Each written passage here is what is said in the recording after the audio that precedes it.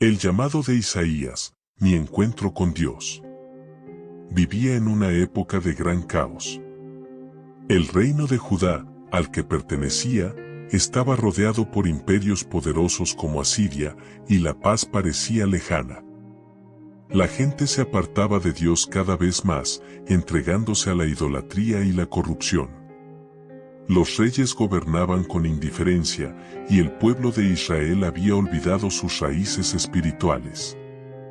Yo, Isaías, nacido en una familia aristocrática, tenía el privilegio de estar cerca de los altos círculos de poder, pero también era consciente de las tensiones que se vivían en mi tiempo. Mi corazón se llenaba de tristeza al ver cómo el pueblo se alejaba de Dios, sin comprender las consecuencias de su pecado. Sin embargo, mi vida daría un giro radical en el momento menos esperado. Todo cambió en el año en que murió el rey Usías. Fue en ese tiempo de incertidumbre que tuve una visión que transformó por completo mi existencia. Vi al Señor sentado en su trono, majestuoso y glorioso, rodeado de serafines que cantaban sin cesar: Santo, Santo, Santo es el Señor de los ejércitos. La gloria de su presencia llenaba el templo, y sentí una mezcla de temor y asombro. Frente a tan gran santidad, me vi a mí mismo como un hombre impuro, con labios impuros, parte de un pueblo que también había fallado ante Dios. Fue entonces cuando una de las criaturas celestiales, un serafín, voló hacia mí y tocó mis labios con un carbón encendido, purificándome de mi pecado. Con la purificación de mi boca vino un llamado claro: ¿a quién enviaré? ¿Y quién irá por nosotros? La respuesta brotó de mi corazón, no por obligación, sino por una profunda convicción: aquí estoy, envíame a mí.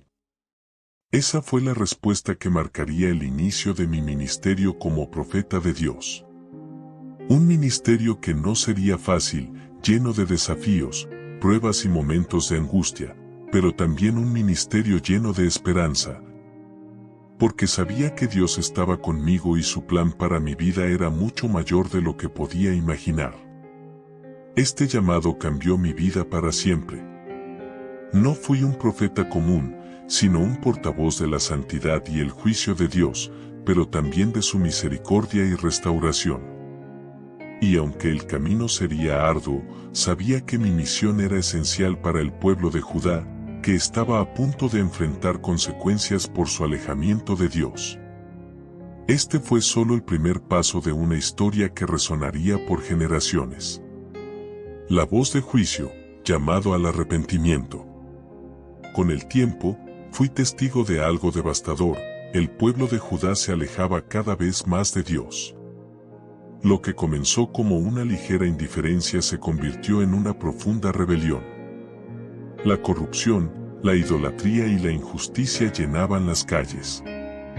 Los líderes se preocupaban más por su poder que por la justicia, y el pueblo caía cada vez más en la desesperanza espiritual. Vi cómo la gente buscaba a los dioses extranjeros, cómo ofrecían sacrificios a ídolos de madera y piedra, y cómo despreciaban la ley del Señor.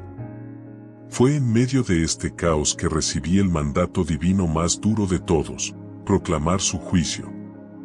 Dios me ordenó que los llamara al arrepentimiento, que les advirtiera de las consecuencias de su pecado.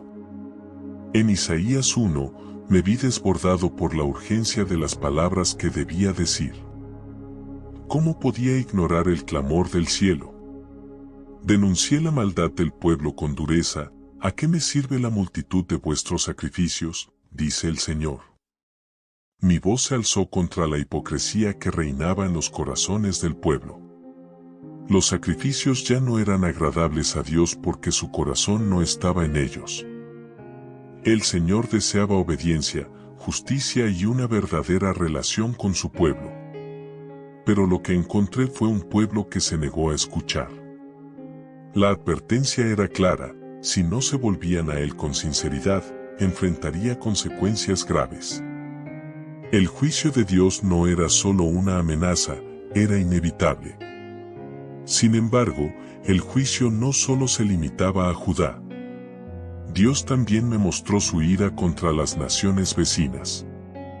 Mientras los imperios de Babilonia, Asiria, Moab, Egipto y Damasco crecían en poder, ellos también se apartaban de los caminos de Dios. Con cada una de estas naciones, el mensaje era el mismo: vuestra rebelión será juzgada.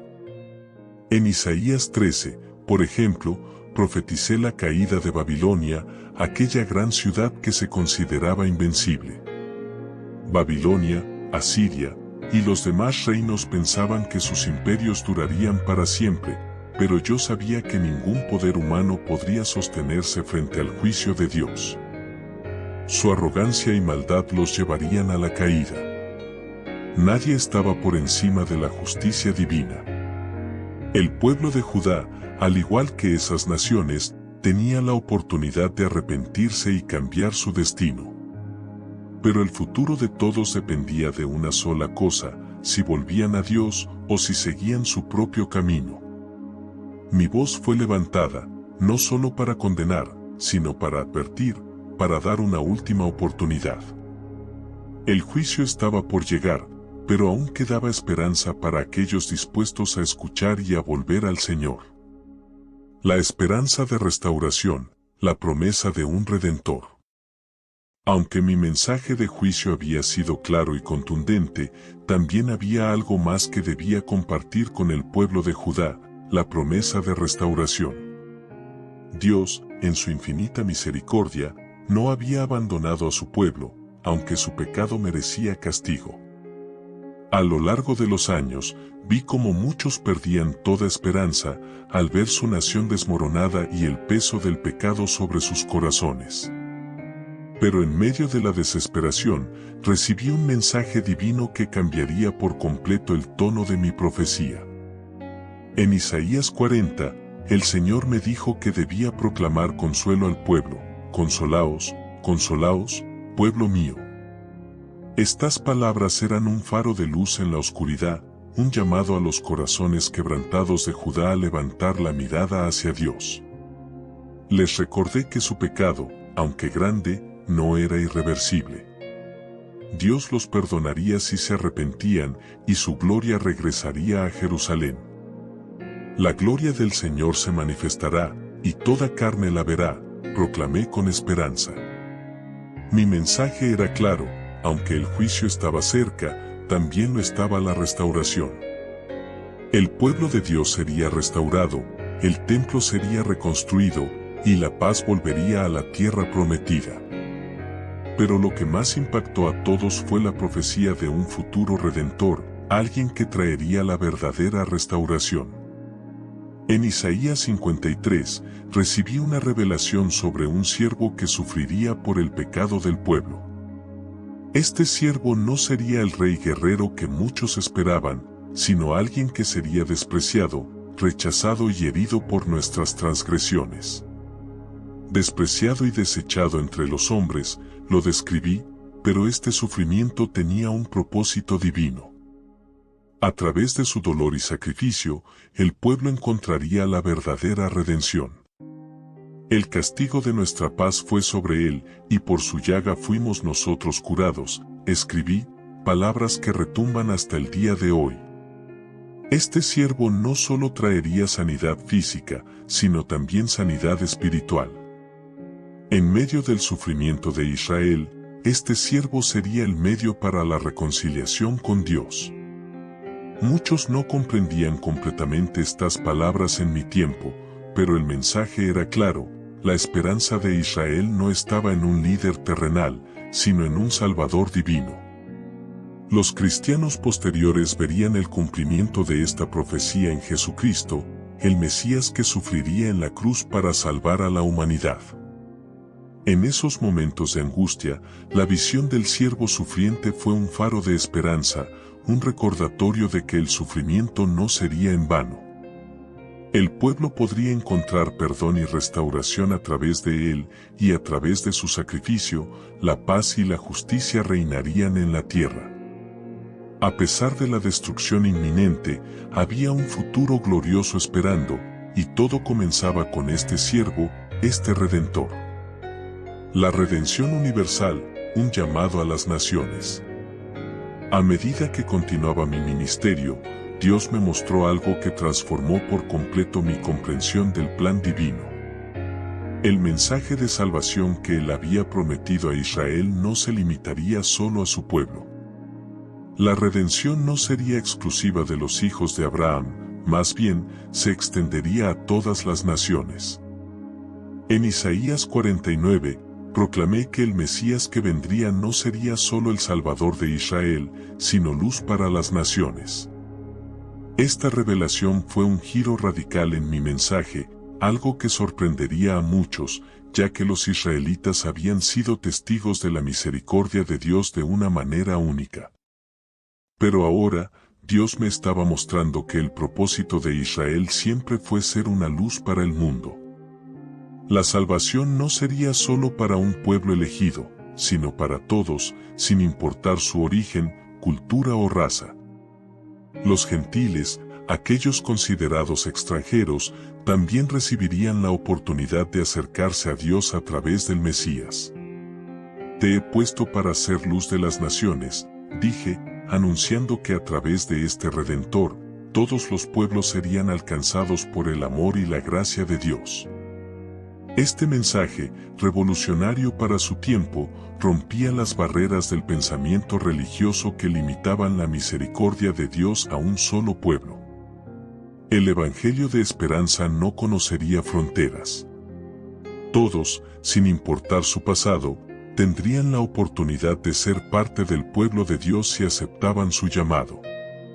Sin embargo, no solo se trataba de las naciones, sino también de la renovación que experimentaría el propio Israel. A pesar de la dureza del juicio que enfrentaría, Dios me mostró una visión gloriosa de la restauración final.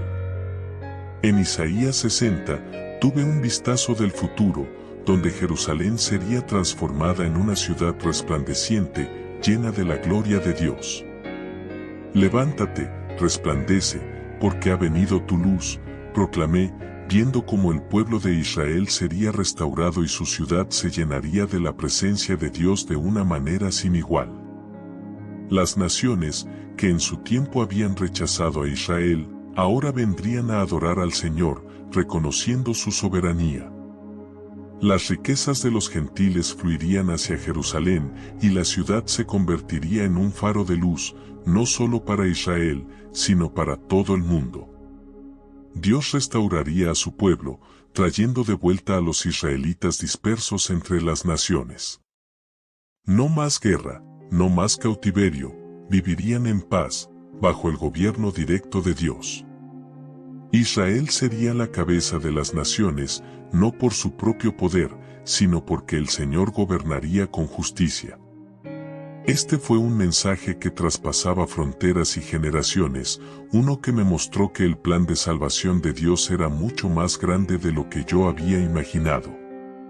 No solo se trataba de la restauración temporal de un pueblo, sino de la reconciliación de toda la humanidad con Él. Un futuro donde las naciones se unirían en adoración, y todos encontrarían su lugar bajo el reino de Dios. Este llamado a las naciones, tan inclusivo y tan radical, fue un anticipo de lo que vendría, la expansión del reino de Dios más allá de Israel, alcanzando cada rincón de la tierra. La promesa de la nueva creación, un futuro glorioso.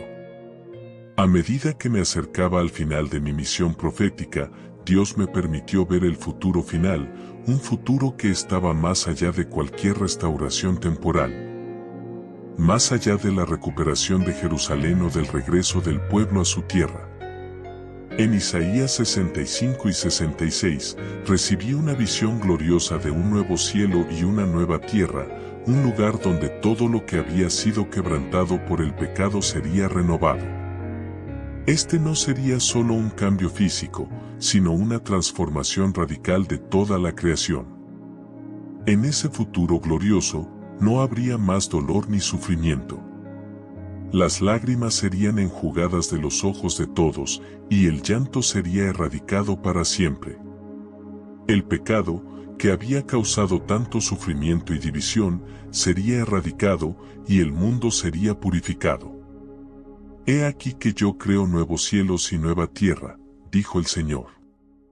Este sería el lugar donde la justicia reinaría, donde el mal ya no tendría lugar y donde la paz sería la norma eterna. El gozo, la armonía y la comunión plena con Dios serían la experiencia diaria de todo aquel que habitara en este lugar. El sufrimiento del presente se desvanecería ante la gloriosa visión de la restauración total que Dios había prometido. Esta sería la culminación de la restauración de Israel, el cierre del ciclo de la redención de la humanidad y la consumación final del reino de Dios.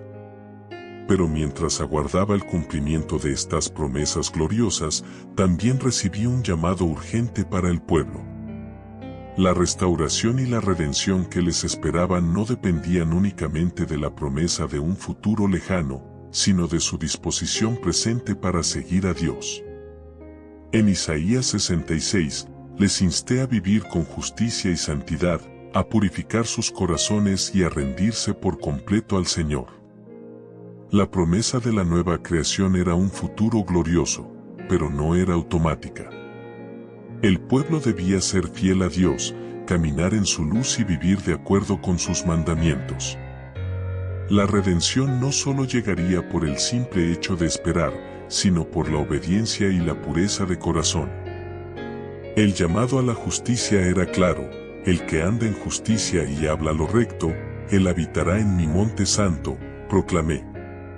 La restauración de todo lo que se había perdido dependía de la disposición del pueblo para vivir según los principios de Dios, para ser santos como Él es santo. Este llamado no solo se dirigía a Israel, sino a todas las naciones que se acercaran a la gloria de Dios. El futuro glorioso estaba asegurado, pero solo para aquellos que se alinearan con la voluntad divina y vivieran con integridad. Mientras veía esta promesa de una nueva creación, me sentí lleno de esperanza. Sabía que, aunque el pueblo pasaría por tiempos difíciles, el final sería glorioso. La promesa de un futuro perfecto no solo era un consuelo para los que sufrían en ese momento, sino una llamada a la acción para todos aquellos que deseaban ser parte de ese mundo restaurado. En medio de las tribulaciones, el llamado era claro: vivir con justicia, ser santos y mantenerse fieles a Dios, para que al final pudieran ser parte de esa nueva creación, donde todo lo malo sería erradicado y el bien de Dios reinara por siempre. Mi ministerio no fue fácil, pero mi vida y mis palabras han dejado un legado profundo. Mi profecía de juicio, de esperanza y de restauración sigue viva hoy. Aunque mi pueblo experimentó el dolor de la disciplina divina, también recibieron la promesa de la redención a través del siervo sufriente.